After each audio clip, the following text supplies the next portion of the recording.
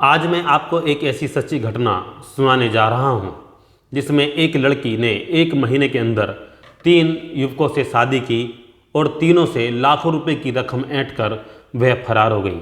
कहानी सुनाने से पहले मैं आपको स्पष्ट कर दूं कि इस वारदात को बताने का उद्देश्य हमारा आपको कोई भयभीत करना नहीं है, आपको डराना नहीं है, बल्कि समाज में फैल रही इस प्रकार की घटनाओं से आपको सचेत करना है। मैं बात कर रहा हूं राजस्थान के हनुमानगढ़ जिले की, जहां पर एक युवती के खिलाफ 1 महीने में 3 युवकों से शादी करके उनसे लाखों रुपए की रकम ऐंठने का मामला सामने आया है। उक्त युवकों ने थाने में जाकर उक्त दुल्हन के खिलाफ, उक्त लड़की के खिलाफ मुकदमा पंजीकृत कराया है।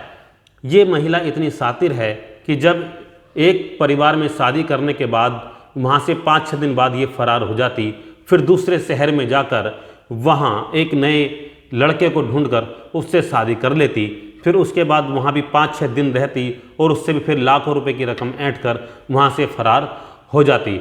फिलहाल पुलिस ने मुकदमा पंजीकृत कर उक्त गैंग के सभी सदस्यों को ढूंढने का काम शुरू कर दिया है। आपको जानकारी के अनुसार नेठराना गांव के नेकीराम 35 वर्ष पुत्र कृष्ण कुमार ने इस बारे में थाने में रिपोर्ट दर्ज कराई है। उसने बताया कि उसकी शादी नहीं हो पा रही थी। इसी दौरान उसके गांव के कमलेश ने उसे बताया कि एक गरीब मुस्लिम लड़की उसकी धर्म की बहन है, उसके माता पिता की मौत हो चुकी है और वह उसे नेठराना में ही रहती है। कमलेश ने कहा कि वह उससे शादी करवा देगा, लेकिन उसके एवज में उसे 1.5 लाख रुपए की रकम उसे देनी होगी और जो कोर्ट कचहरी का खर्चा होगा वो स्वयं तुम्हें ही देना होगा।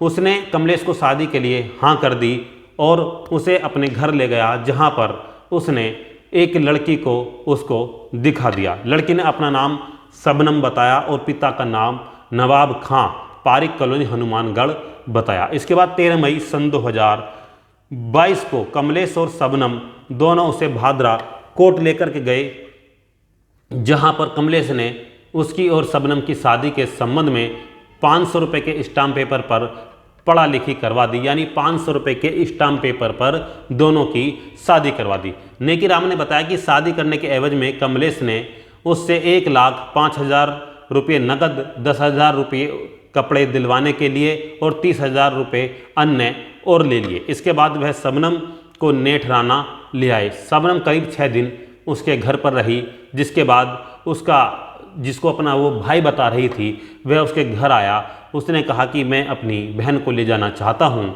और 1-2 दिन बाद आकर के आप उसे ले जाना। उन्होंने विश्वास करके उस लड़की को, जो आरोपी था, जो उसके गैंग का ही व्यक्ति था कमलेश, उसके साथ उसको भेज दिया। नेकीराम ने विश्वास करके उसको भेज दिया लड़की को। दूसरे दिन जब वह कमलेश के घर गया तो उसे शबनम नहीं मिली। कमलेश से जब यह पूछा गया कि शबनम कहाँ हैं, तो उसने कहा कि वह 15-20 दिन बाद आपके पास आ जाएगी। लेकिन जब 15 दिन का समय व्यतीत हो गया, 15 दिन भी बीत गए, लेकिन शबनम नहीं आई, तो उनको शक होने लगा। उन्होंने कमलेश से सख्ती से पूछताछ की, जिसके बाद उसने बताया कि यह तो हमारा धंधा है, और उसने दूसरे शहर में जाकर एक अन्य युवक से शादी कर ली है।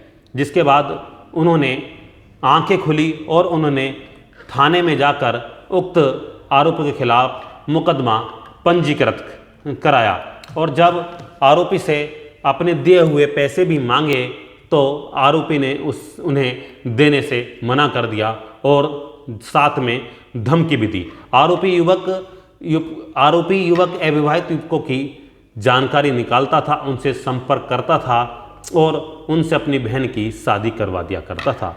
और जब 5 या 6 दिन वहाँ उसकी बहन वहाँ रहती थी, जो उसके गैंग की महिला थी, ये गैंग की लड़की थी, तो वहाँ से वो उनसे ठगी करके सारा सामान लेकर या उनसे पैसों की वसूली करके वहाँ से फरार हो जाती थी।